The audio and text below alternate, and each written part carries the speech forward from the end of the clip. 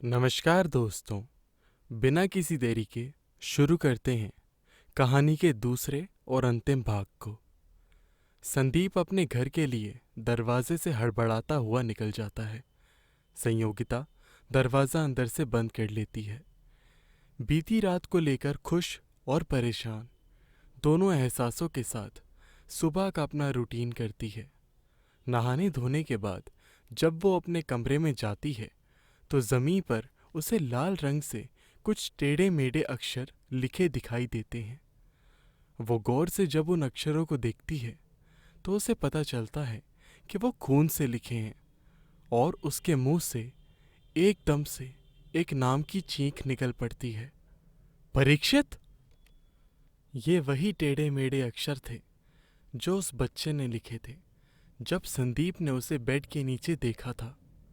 परीक्षित एक 9 साल के स्पेशली एबल्ड लड़के का नाम है जो कि संयोगिता का स्टूडेंट भी है, या कह लो कि शायद वो संयोगिता से माँ जैसा प्यार करता था।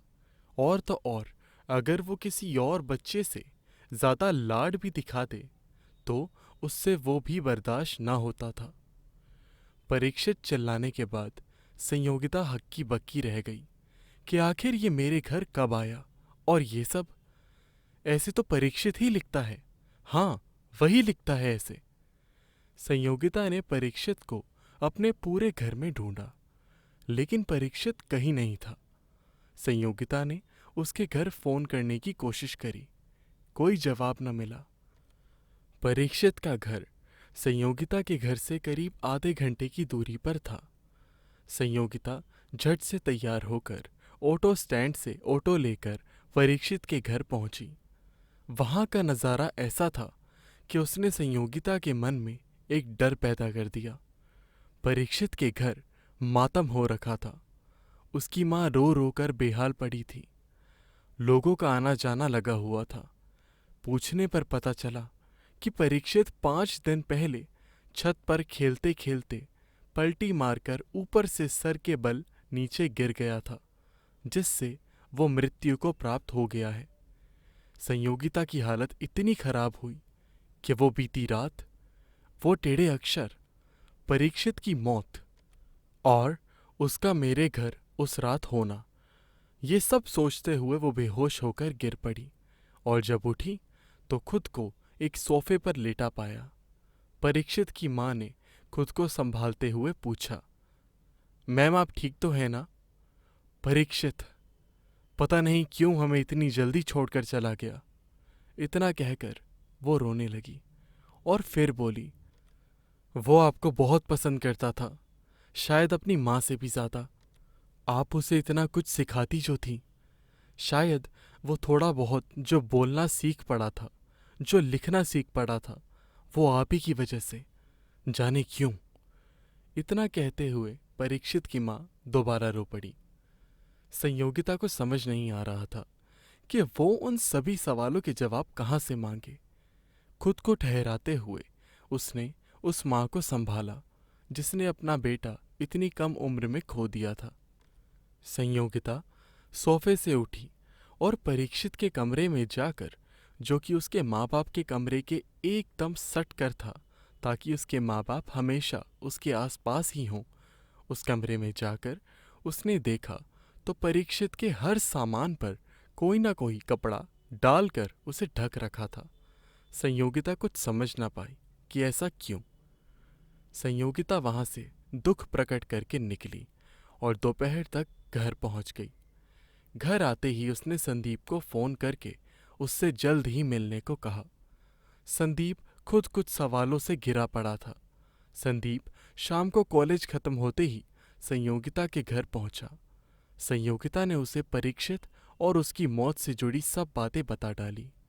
संदीप इन सब चीज़ों पर पहले तो विश्वास नहीं कर पाया, लेकिन बीती रात वो बच्चा, वो टेप रिकॉर्डर में उस बच्चे की आवाज़, सब जोड़कर देखने के बाद उसे इन सब पर यकीन तो हुआ, साथ ही साथ वो बहुत डर भी गया। अब सब साफ था कि परीक्षित, जो 5 दिन पहले ही मर चुका था, वो संदीप को क्यों दिख रहा था। संदीप उसकी मैम के करीब जो आने लगा था, वो मैम जो परीक्षित को अपनी माँ से भी ज्यादा प्यारी थी, जिसका समय और लाड वो किसी और के साथ बांटना नहीं चाहता था। दोनों में डर और घबराहट गूंज उठी थी और काफी देर के विचार के बाद उन्होंने परीक्षित के माता पिता को उनके साथ घटित घटना के बारे में आभास दिलाने का सोचा। रात 8 बजे थे। संदीप और संयोगिता दोनों परीक्षित के घर पहुंच गए। लोग ज्यादा नहीं थे अब घर पर।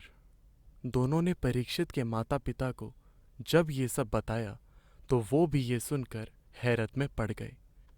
परीक्षित की माँ काफी धार्मिक स्वभाव वाली महिला थी। वो ये सब सुनकर किसी और चीज का ही अंदाजा लगाने लगी थी। अब इन चारों के मन में बस यही दुविधा थी कि अगर परीक्षित मर चुका है तो क्या उसकी आत्मा थी जो संदीप को दिखी थी, या ये सब क्या हो रहा था। परीक्षित की माँ रागिनी ने देर ना करते हुए अपने पति से कहा कि हम चारों गाड़ी में श्रीधर बाबा के आश्रम जाएंगे, अभी के अभी। श्रीधर बाबा उस समय तांत्रिक शक्तियों और धर्म कार्यों के धनी माने जाते थे और रागिनी की उनमें काफी आस्था भी थी। रात के 11 बज चुके थे। बाबा किसी काम से अपने आश्रम में नहीं थे। उन चारों को बाबा का इंतजार करना पड़ा। जब बाबा लौटे तो उनके शिष्य ने उन्हें इन सब के बारे में सूचित किया। बाबा तुरंत उन चारों के पास पहुंचे और संयोगिता के बालों की ओर देखते जा रहे थे और एकदम से बोले, कुछ बताने की आवश्यकता नहीं है, सब पता है मुझे। संयोगिता, वो तेरे मोह में है। इस तरह तेरे मोह में है कि मरकर भी तेरे से दूर नहीं जा पा रहा है। माँ की तरह मानता है तुझे वो। बाबा एकदम चुप हो गए। रागिनी ने पूछा, बाबा, ये सब क्या है बाबा? मेरे बेटे की आत्मा को मुक्ति दो बाबा, वो तो बस बच्चा है बाबा। बाबा बोले, बच्चा है तो क्या, मोह तो मोह होता है। मोह है उसे। मोह इसी के कारण देह तो जल गई लेकिन आत्मा यहीं रह गई। रागिनी, बाबा कोई तो उपाय करो बाबा, मेरे बेटे को मुक्ति दिलाओ बाबा। बाबा, तुम सब यहीं ठहरो, जब आवाज लगाऊं तो ये मेरा शिष्य तुम्हें मेरे पास ले आएगा। रात के 1 बज चुके थे। बाबा ने आवाज लगाई और उनका शिष्य इन चारों को उनके पास ले गया। बाबा ने अपने सामने एक हवन कुंड में अग्नि प्रज्वलित कर रखी थी और एक आटे का गुड्डा भी बनाकर एक यंत्र के बीचों बीच रख रखा था। चारों को चारों दिशा में बिठा दिया गया और बाबा बोले, परीक्षित आएगा, लेकिन उसे तुम में से कोई नहीं बुलाएगा और ना छूने की कोशिश करेगा। रागिनी, अपनी ममता को संभालना। वो मर चुका है। आज हम उसे उसकी मुक्ति के लिए बुला रहे हैं। संयोगिता, वो तुम्हारे पास अगर आए तो तुम अपना मुंह फेर लेना, जैसे तुम चाहती ही नहीं कि वो तुम्हारे पास आए। बाकी सब मुझ पर छोड़ दो, मैं देख लूंगा। बाबा बीचों बीच बैठे थे और यंत्र में जो गुड्डा था वो थोड़ी देर में मानो जान भनकर खुद खड़ा हो गया। बाबा की आंखें बंद थीं और मंत्र चलते जा रहे थे। थोड़ी ही देर के बाद जाने कहां से परीक्षित एकदम प्रकट हो गया। हंसता खेलता, लेकिन उसका सर फटा हुआ था, खून पैरों तक सना हुआ। रागिनी खुद को रोक ना पाई और अपने पुत्र की ऐसी दशा देख चीख चीख कर रोने लगी। वहां मौजूद उन चारों में से कोई भी उसकी ओर देखकर खुश न था। ऐसा प्रतीत होता था कि मानो किसी ने छेनी हथौड़े से उसके सर के 2 टुकड़े करे हैं। जैसा बाबा ने कहा था वैसा होने लगा। परीक्षित संयोगिता की तरफ बढ़ा। संयोगिता ने हिम्मत करी और मुंह फेर लिया। परीक्षित उसकी ओर अपने मुंह से मैम बोलता हुआ, बाहें फैलाता हुआ बढ़ता गया। संयोगिता ने उसे नजरअंदाज करना जारी रखा। इतने में वो रो पड़ा। उसकी आंखें मानो किसी खिलौने सी हो गई। ऊपर नीचे खुद ब खुद डोलने लगी। इतना होते ही उसने अपनी माँ रागिनी की ओर रुख करा। जैसे ही उसने रागिनी की ओर रुख करा, रागिनी खुद को ना संभालते हुए अपनी बाहें फैलाकर अपने बेटे को बुलाने लगी।